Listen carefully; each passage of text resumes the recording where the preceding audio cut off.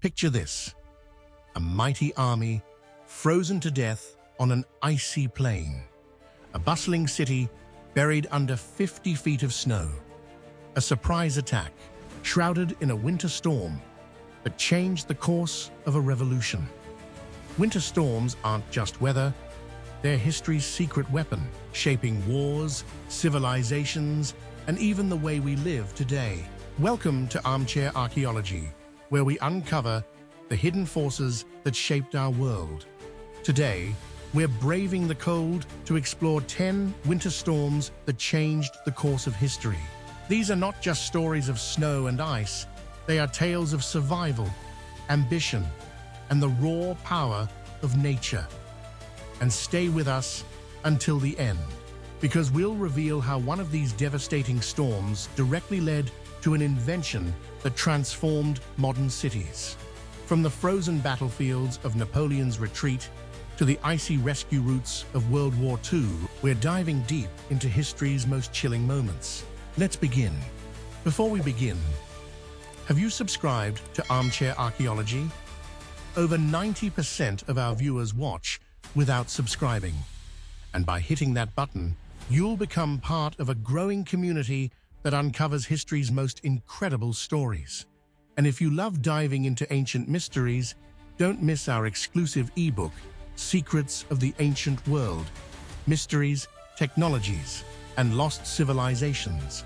It's packed with mind-blowing discoveries about lost cities, advanced ancient technologies, and history's biggest unsolved riddles.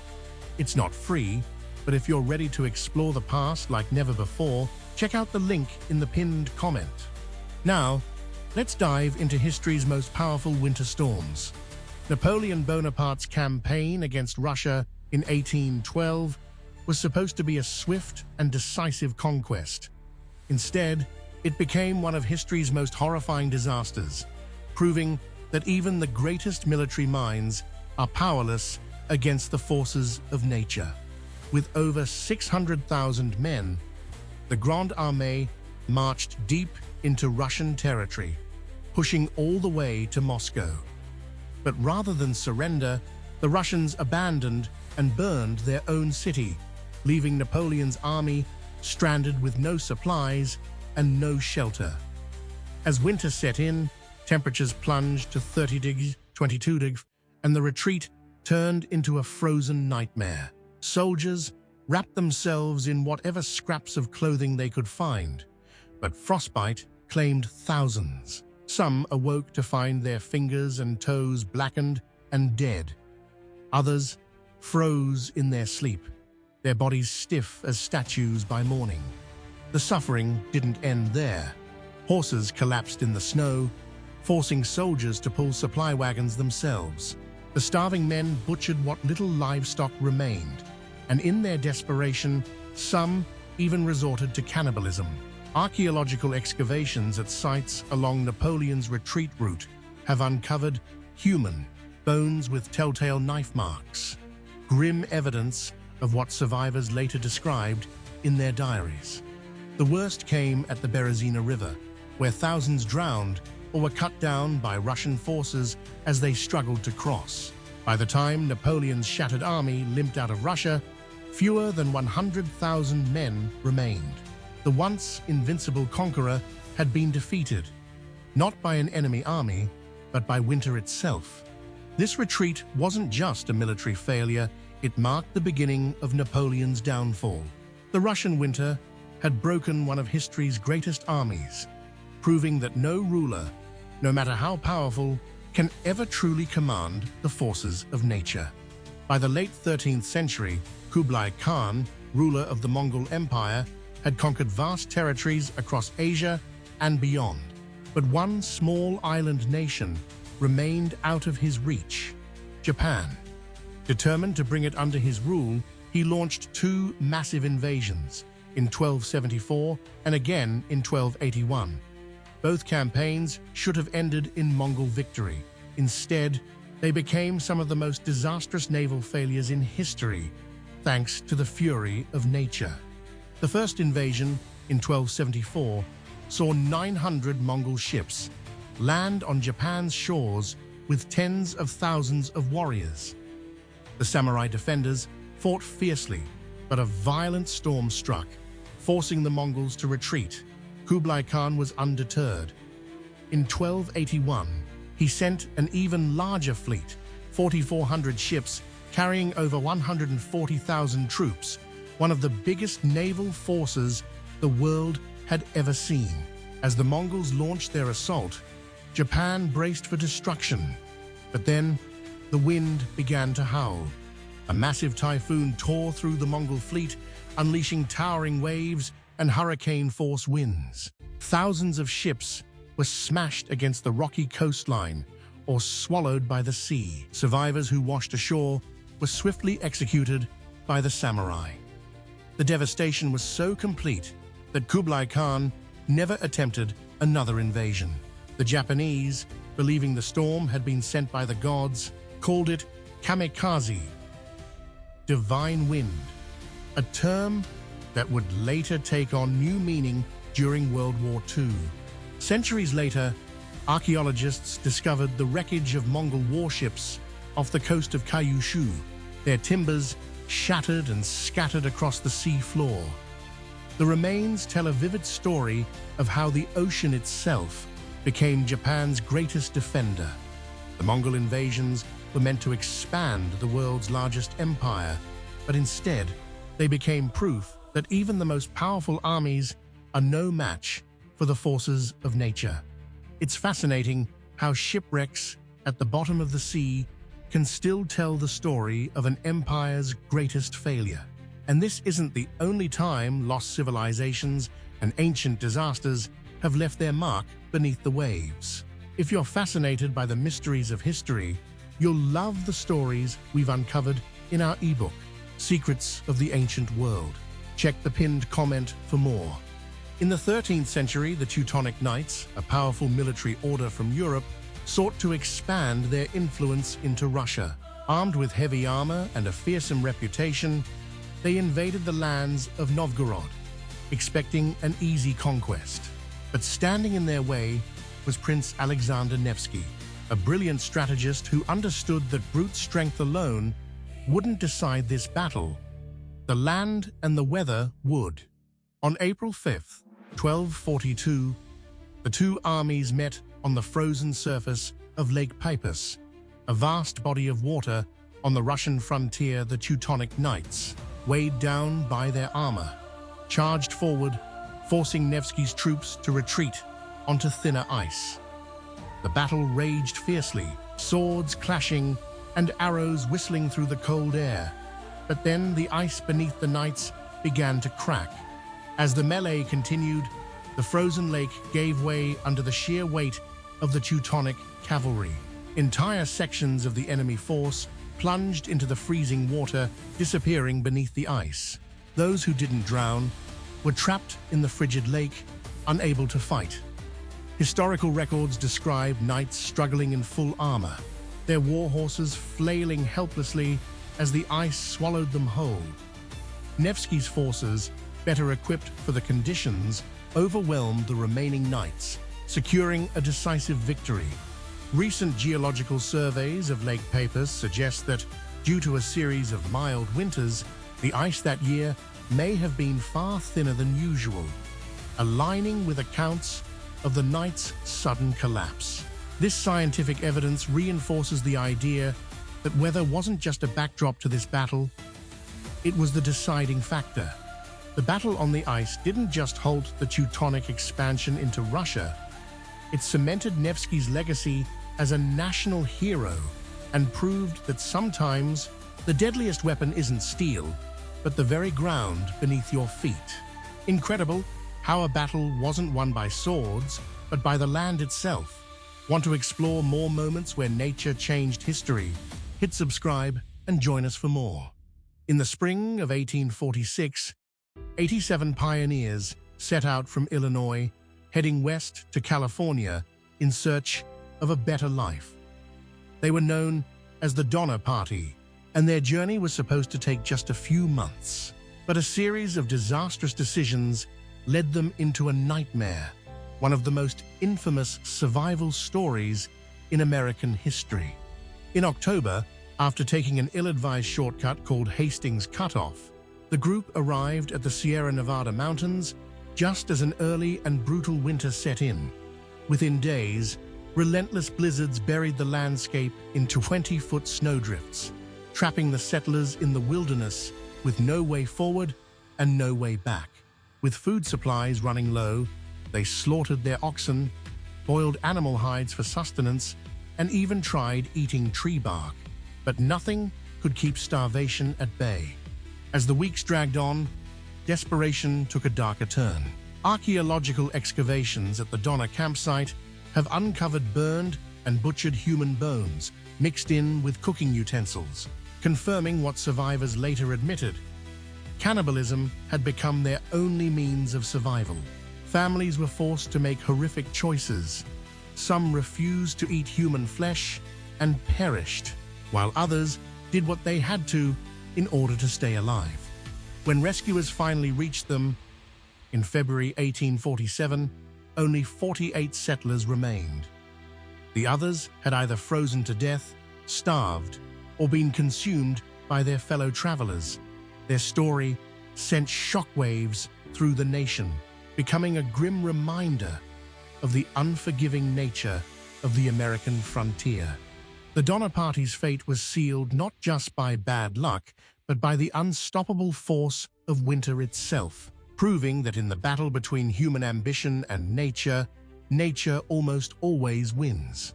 In 218 BCE, at the height of the Second Punic War, the Carthaginian general Hannibal set out to accomplish the impossible, invade Rome by crossing the Alps.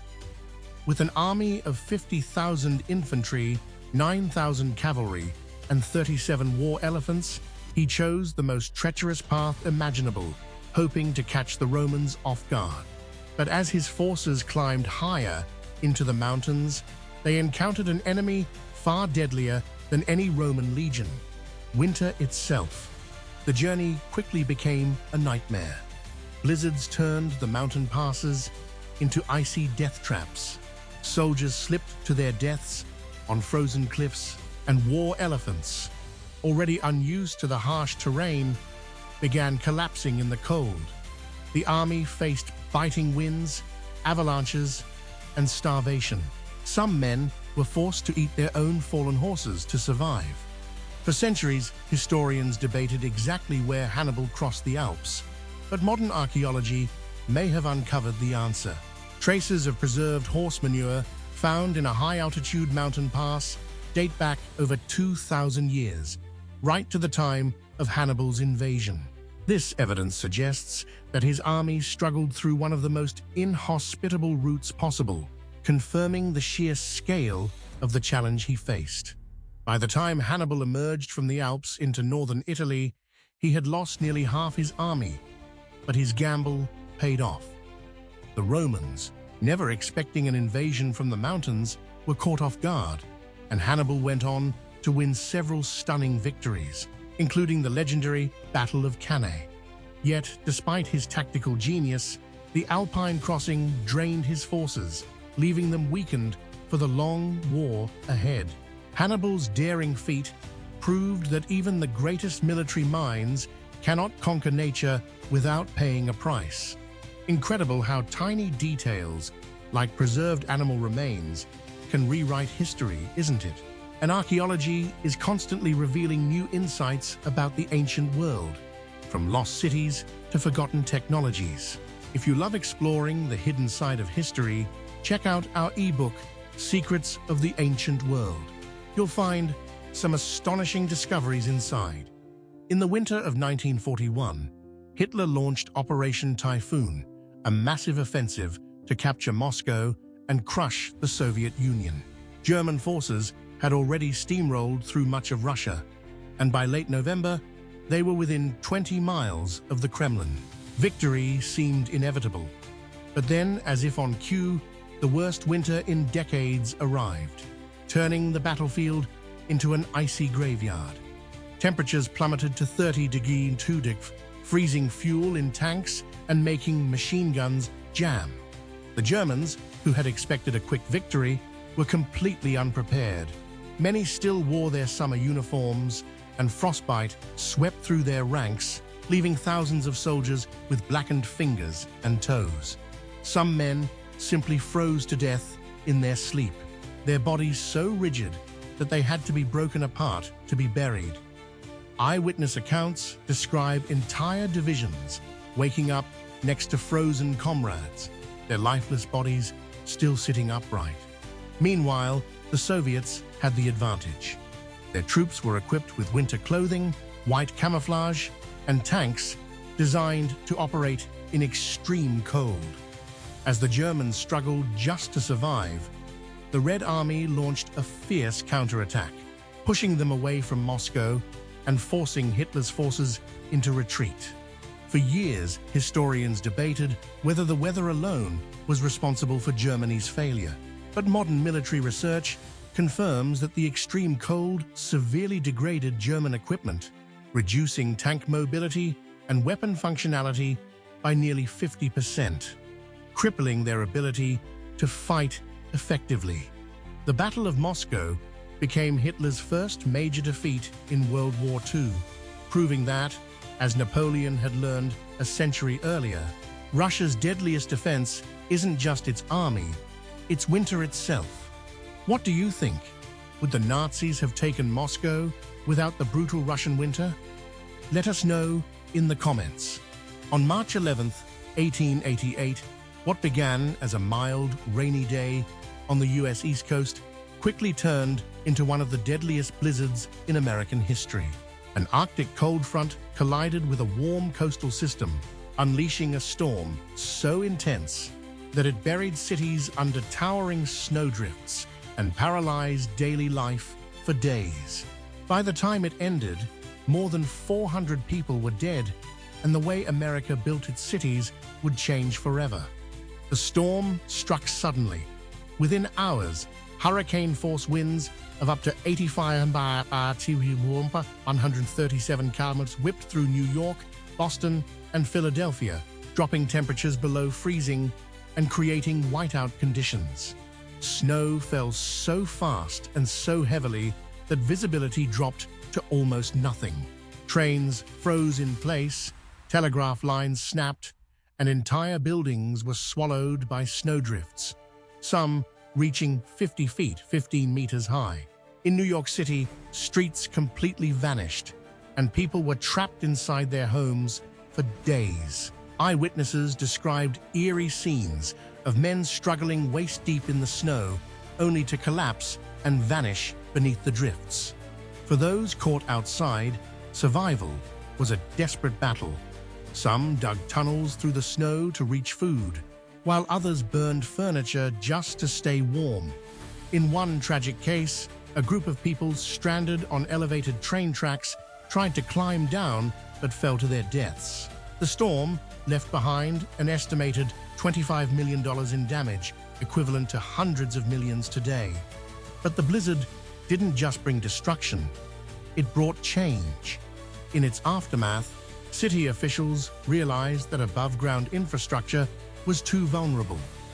Within years, telegraph and power lines were moved underground, and most importantly, New York City began planning its first subway system, ensuring that future storms would never bring the city to a standstill again. The Great Blizzard of 1888 wasn't just a natural disaster. It reshaped the very foundation of modern cities. For nearly 500 years, from the 14th to the 19th century, the world endured a period of extreme cold, known as the Little Ice Age. Glaciers expanded, rivers froze, and growing seasons shortened, leading to famine, disease, and even revolutions. This wasn't just a shift in weather, it was a force that reshaped history. Europe suffered some of the worst effects. The Thames River in England and the Seine in France froze so solidly that entire markets were built on the ice. These frost fairs became legendary, with shops, music, and games held on the frozen rivers. But beneath the festivities, hardship was widespread. Failed harvests led to the Great Famine of 1315 to 1317, which left millions starving. When the Black Death arrived a few decades later, malnourished populations were especially vulnerable, allowing the plague to spread even faster. In Switzerland and Norway, entire villages were swallowed by advancing glaciers, forcing people to flee their homes. This colder climate also played a role in political upheaval. In the late 18th century, a series of crop failures in France led to soaring bread prices and mass unrest, one of the key sparks of the French Revolution. Meanwhile, across the Atlantic, the Jamestown settlers of 1609 to 1610 faced the starving time, a brutal winter that forced them to eat leather, rats, and even human remains. Tree ring studies confirm this was one of the coldest periods in centuries, aligning perfectly with historical accounts of suffering and starvation. The Little Ice Age finally faded in the 19th century, but its effects lasted for generations. It remains one of history's greatest reminders that even small climate shifts can have enormous consequences. History is full of hidden connections like this. If you love uncovering how small events shape the world, give this video a like. It really helps us out. During World War II, the city of Leningrad, now St. Petersburg, endured one of the longest and deadliest sieges in history.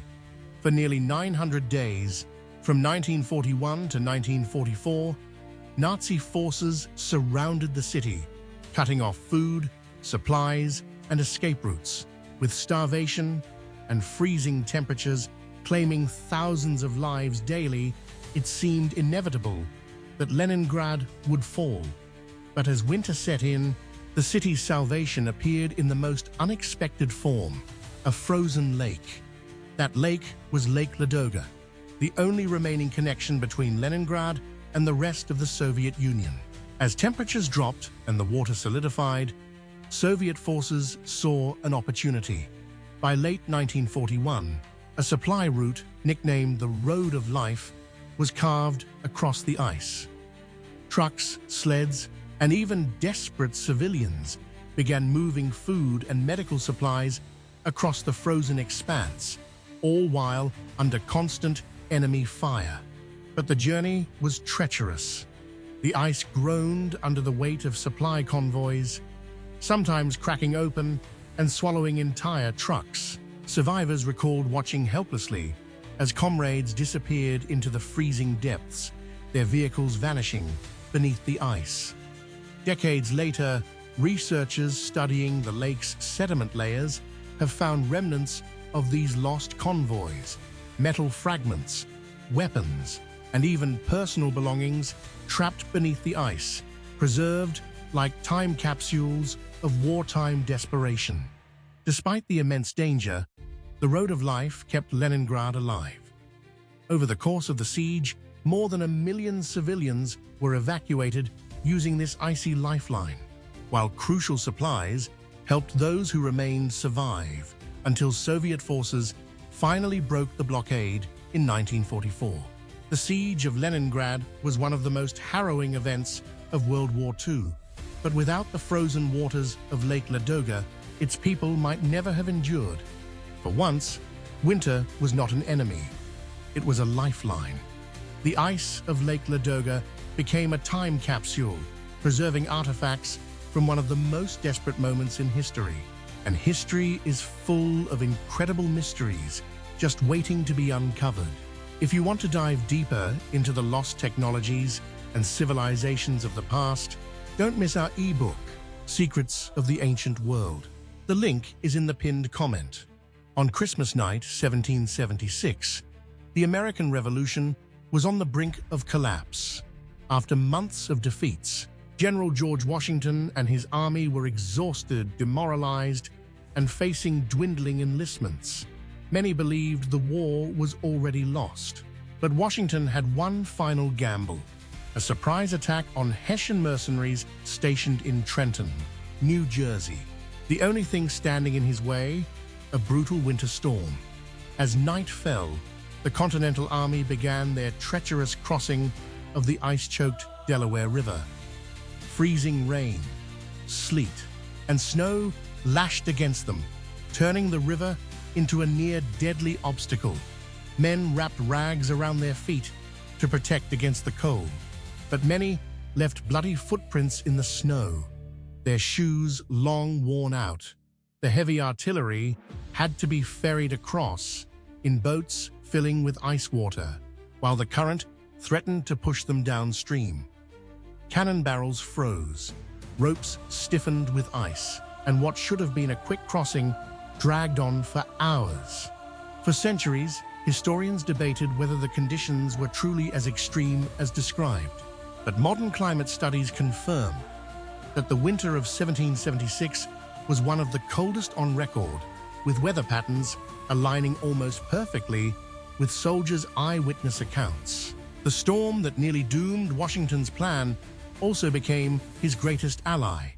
The Hessians, never expecting an attack in such brutal conditions, were completely unprepared. At dawn, Washington's forces stormed Trenton, overwhelming the enemy and securing a desperately needed victory. The Battle of Trenton was more than just a military win. It reignited the American cause and proved that the Revolution was far from over. Against all odds, Washington turned a winter storm from an obstacle into an advantage, one that helped shape the birth of a nation. From frozen battlefields to buried cities, these winter storms didn't just change the weather, they changed history itself. They halted armies, toppled empires, and even reshaped the way we live today.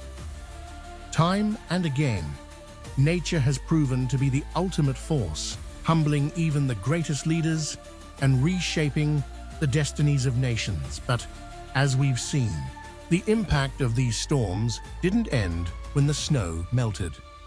Some disasters left behind permanent legacies, like the Great Blizzard of 1888, which forced cities to rethink their entire infrastructure. Before the storm, few had considered how vulnerable modern cities were to extreme weather. But after snowdrifts buried entire streets and paralyzed transportation, officials had no choice but to act. Above-ground systems were too exposed, and the solution lay underground. Within years, telegraph and power lines were buried beneath the streets, and most importantly, New York City laid the foundation for its first subway system. A storm that had once crippled a city would ultimately help shape its future. These stories remind us that history isn't just shaped by wars, leaders, and inventions. It's also shaped by the raw power of nature. Winter has been both a destroyer and a protector, a force that has toppled empires and saved civilizations. And who knows, the next great winter storm might be shaping history as we speak. If you enjoyed this deep dive into the frozen moments of the past, give this video a thumbs up and subscribe to Armchair Archaeology for more incredible stories. What other historical disasters or hidden tales would you like us to explore? Let us know in the comments. Until next time, stay curious and keep exploring.